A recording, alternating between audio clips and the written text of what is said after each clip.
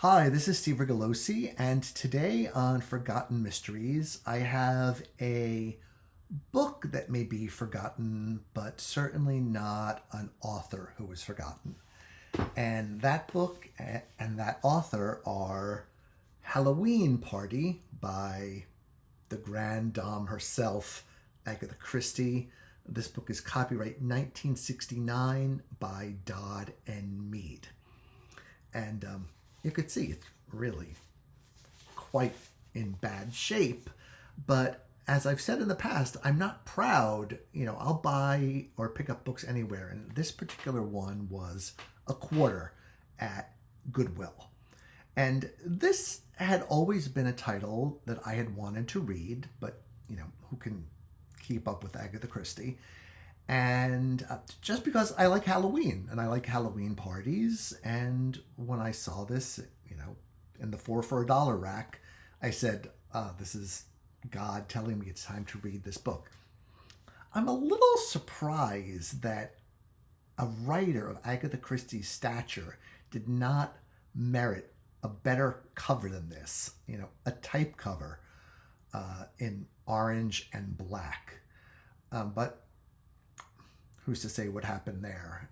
In fact, I almost thought for fun in this video, I tried wearing an orange scarf so that I would be black and orange like the book cover, but I just looked stupid. So I decided not to wear it. And the only other time I've seen so much orange and black has been when I found myself on the Princeton University campus on Founders Day or something like that, and the school colors are orange and black, and it's like being at the world's biggest Halloween party. It's really surreal, the colors. I'm sure there's a history, and Princeton grads don't yell at me for slightly not understanding that color combination, but traditionally orange and black Halloween colors, hence the cover, albeit not a very good one. I mean, put a pumpkin on it. Do put a candle. Do something.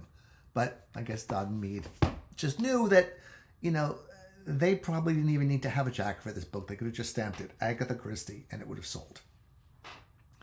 So, a few interesting things about this book. One is that it is dedicated to P.G. Wodehouse. Apparently, he and Agatha met somewhere and exchanged mutual compliments. She told him that she enjoyed his books, and he said, "Oh, what a coincidence, I enjoy yours." So that's kind of a nice little literary thing that's going on here. And so, Agatha Christie needs no introduction. I looked up her sales numbers. Over 2 billion copies of her books sold, which I think the only book that has sold more than that is the Bible and maybe the Quran. So, clearly the pinnacle of success in the writing of mysteries, although some of her books are better than others. I read the classics when I was younger, and so over the years I've been trying to fill in with different books here and there. And what I find is that it's not uncommon for bloggers, vloggers, newspapers such as they are, every so often to have, the top 10 Agatha Christie list. And there are always certain books that, that make every list, like And Then There Were None, Death on the Nile, Murder on the Orient Express, Roger Ackroyd, of course. But then each reviewer seems to have his or her own, favorite books that maybe those who have only skimmed the surface of Agatha Christie have read. And I've never seen Halloween Party on one of those lists. And for reasons I'll get into, it wouldn't make my top 10 list either.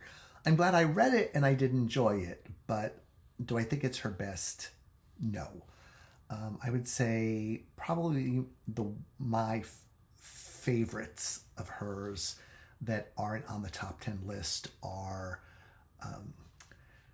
Endless Night and Five Little Pigs, which I love. And I even think Murder at Hazelmoor is kind of underrated and a really good book. Sad Cypress. But we're not here to talk about Agatha's whole oeuvre. We're here to talk about Halloween Party.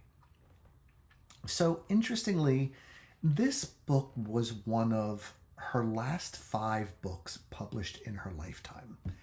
And I think critical consensus is that her later books just weren't particularly good. It was almost like Agatha Christie was missing from Agatha Christie books.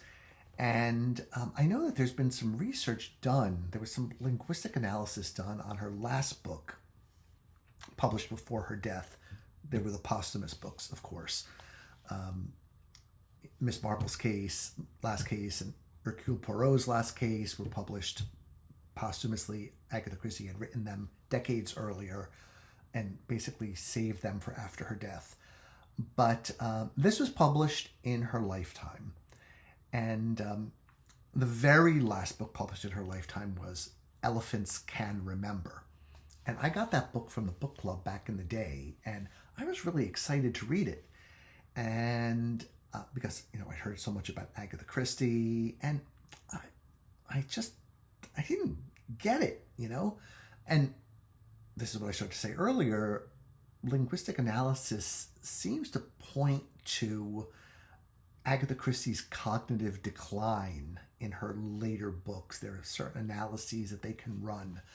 And you do feel that she's not quite firing on all cylinders, especially in Elephants Can Remember and Postern of Fate. They're just not, the Agatha at the top of her game. In fact, they're probably Agatha at the bottom of her game. And I remember being in middle school when my English teacher, seeing me reading Elephants Can Remember, and she said, "Why are you reading that?" And I said, "I don't know. It was $2.99 at the book club, but I've heard a lot about Agatha Christie." And she said, No. As soon as you finish this, we've got to get you into the really good Agatha Christie. And we went to the library, and she chose 3 books for me to read. The first one of which was The ABC Murders. And I read that, and I thought, wow, okay, this is now I understand why Agatha is Agatha. And the second was Murder on the Orient Express, and I can't remember what the third one was. But back in those days, the paperbacks had Agatha Christie's name in a very recognizable font. In fact, to this day, I think of it as the Agatha Christie font.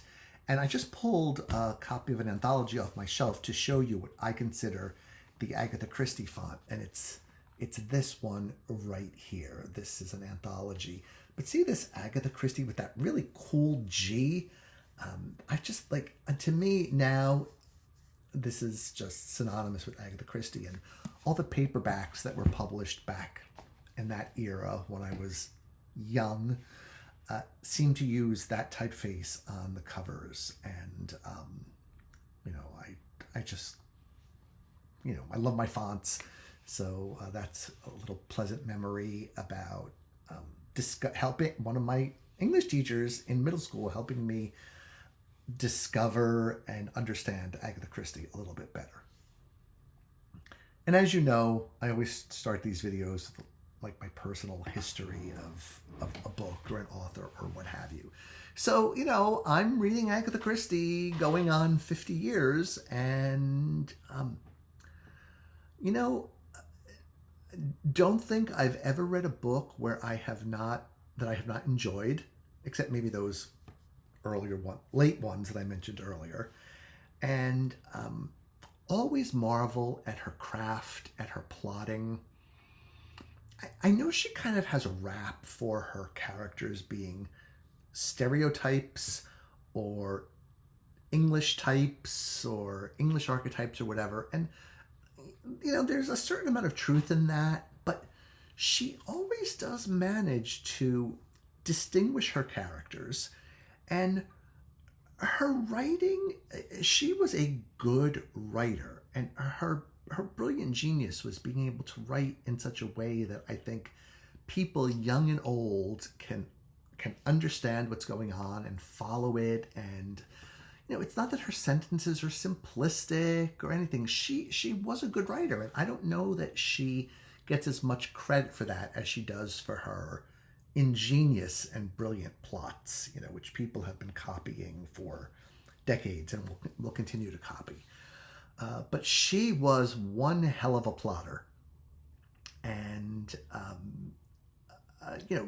broke ground time and time again. I'm not telling you anything you don't already know, but when you read these books, you do sort of realize, wow, this woman was not content to rest on her laurels. She was always looking for something new.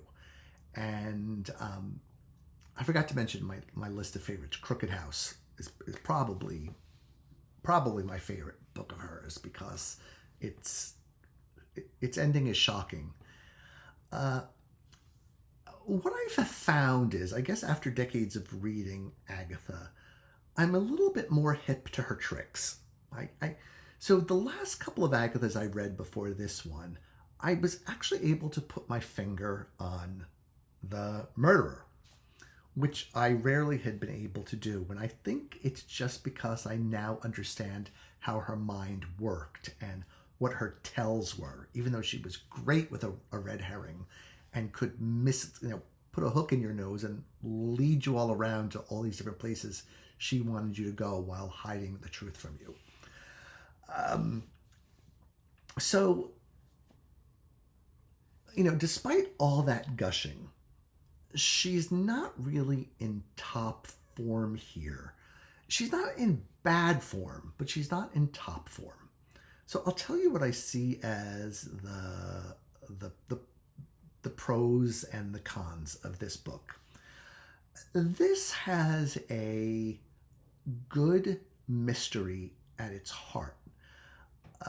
It's basically, everybody knows about the country house murders, right? This is a trope of Golden Age fiction. And she does a little bit of a twist on it here with a children's party, a Halloween party. And the victim is a child. So that's always a little disconcerting, right? When a child is murdered, in this case, pretty horribly. And that reminds me that Agatha really didn't shy away from shocking things. They're delivered in this very straightforward prose. It's not lurid, but I guess Miss Marple is considered so cozy, and a lot of her books are considered very cozy or cozy-esque that you sometimes don't realize quite how horrible some of the events are. And who happens to be present at this Halloween party is one of Agatha's secondary heroines, Mrs. Ariadne Oliver. So, for those of you who don't know, Ariadne Oliver was pretty much Agatha Christie inserting herself into her books and having a lot of fun doing it. Ariadne Oliver is a writer of mysteries, and she's a little bit of a loopy ditz who babbles on, but occasionally stumbles on a good clue, or even if she doesn't know what's going on, she'll say something that will trigger Hercule Poirot to figure something out. So she's definitely a comedic character, and you get the sense that because she's a successful writer, you get the sense that her books probably would not hold up to close scrutiny because Agatha makes a little bit of fun of them. But Ariadne Oliver doesn't take herself too seriously, which is a nice aspect. Everyone says, "Oh, aren't you the famous novelist?" And she's sort of like, "Yeah. Let's talk about something else." So Ariadne Oliver and Hercule Poirot are friends. What a motley pair of friends they make, right? Arian Oliver running around with bobby pins flying everywhere and eating apples because she's obsessed with apples. And Hercule Poirot, who's, so fastidious and perfectly dressed and doesn't ever speak a word out of line. They're just, almost like one of those married couples that you think, how did she end up with him? Or how did he end up with her? Or you really think this about their friendship, but you see that they're fond of each other, and even though they exasperate each other, there's just something, lovely and funny and cute about their relationship. And so Hercule Poirot gets called into the case by Ariadne Oliver.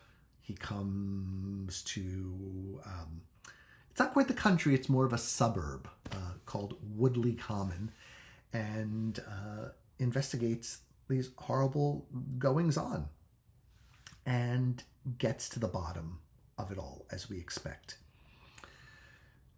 So the solution here makes sense, and you see Agatha firing on some of her old and good cylinders, in that there is good detection. Poirot does ask the right questions of the right people. There is a lot of withholding of information, as there often is in Poirot books, but you sort of expect that. And as he's realizing things, Christie is notifying you that what he has just noticed is important, and you, the reader, should pay attention to it too. But damned if you can figure out what's so odd about this one sentence or this one item at any given moment. But of course, it's all explained in the end. So I thought that the resolution actually made sense.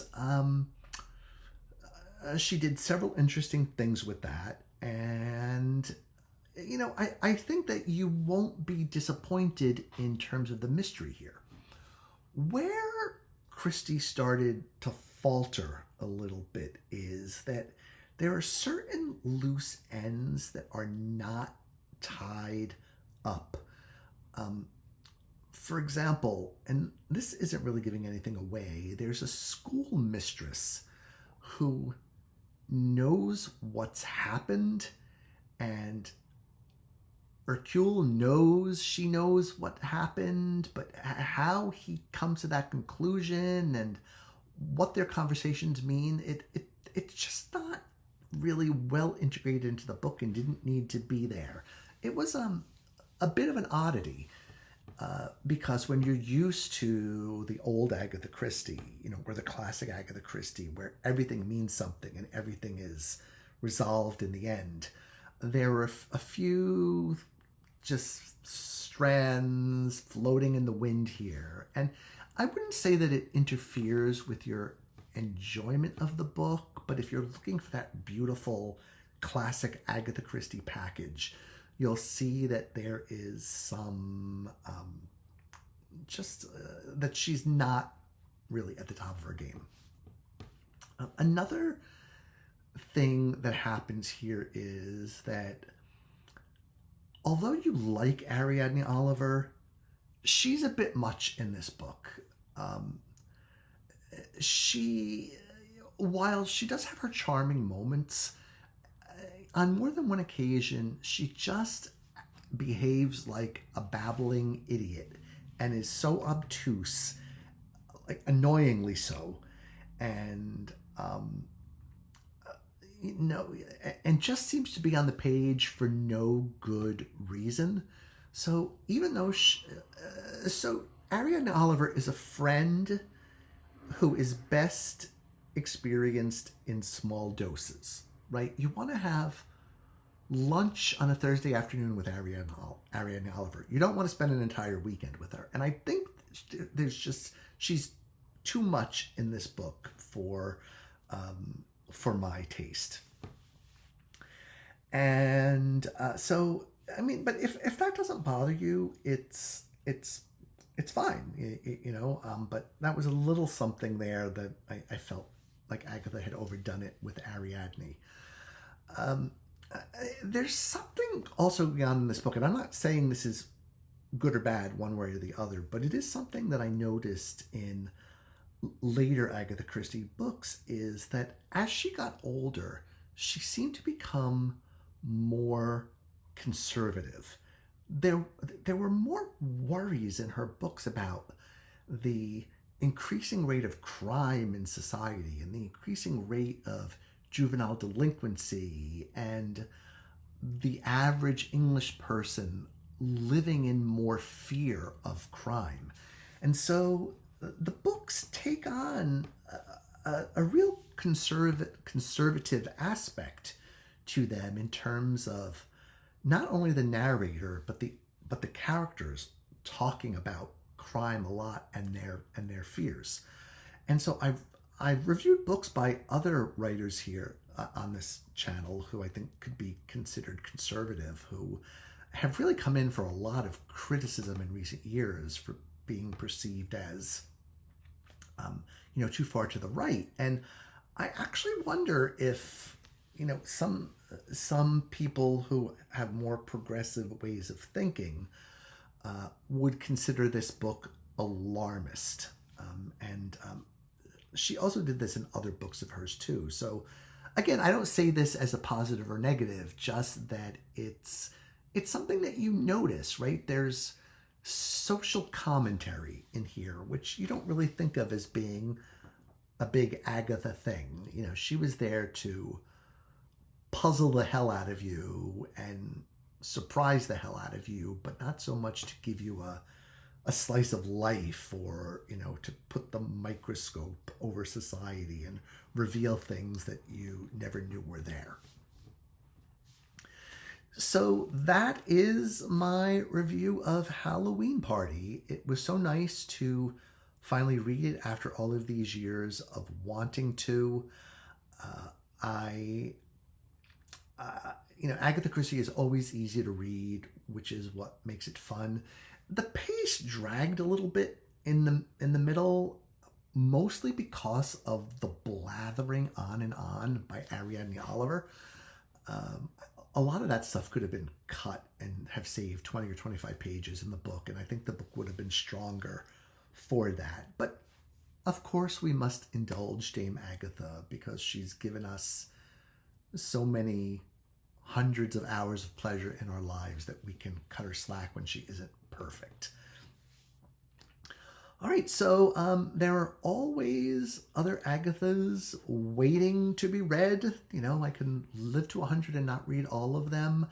I think the next one I'm going to read that I picked up in hardcover at a used bookstore, no, at a garage sale, is Murder on the Links, which I know nothing about. I don't know who the lead investigator is or anything, but that will be my next Agatha Christie book when I'm in the mood for it.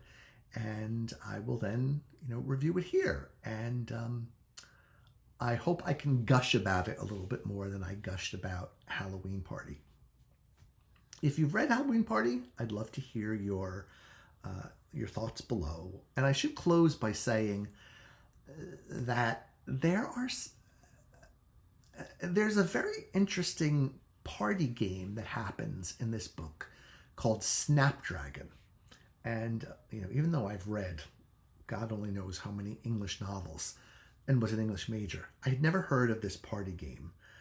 It basically has something to do with putting raisins into sort of a trough and with brandy and setting it on fire. And then children have to go in and pluck a raisin that's on fire out of this fiery bin of raisins and just eat it, just pop it down their throat. It sounds rather sadistic or masochistic to me, but who knows, maybe a flaming raisin is a tasty thing. But I had never heard of the party game of Snapdragon. I don't think I'll ever use it the next time I host a party for fear of burning the house down. But, it seemed like kind of it was just an interesting Englishism that I had not heard of or experienced before. So people from England, if you have taken part in Snapdragons and they have been highlights of your life, write to us below and tell us what it's all about. And if you know the history of it or anything, that would be interesting to know too. Okay, thank you for listening, everyone, and I will be back next time with another forgotten mystery, or not so forgotten mystery. Good night.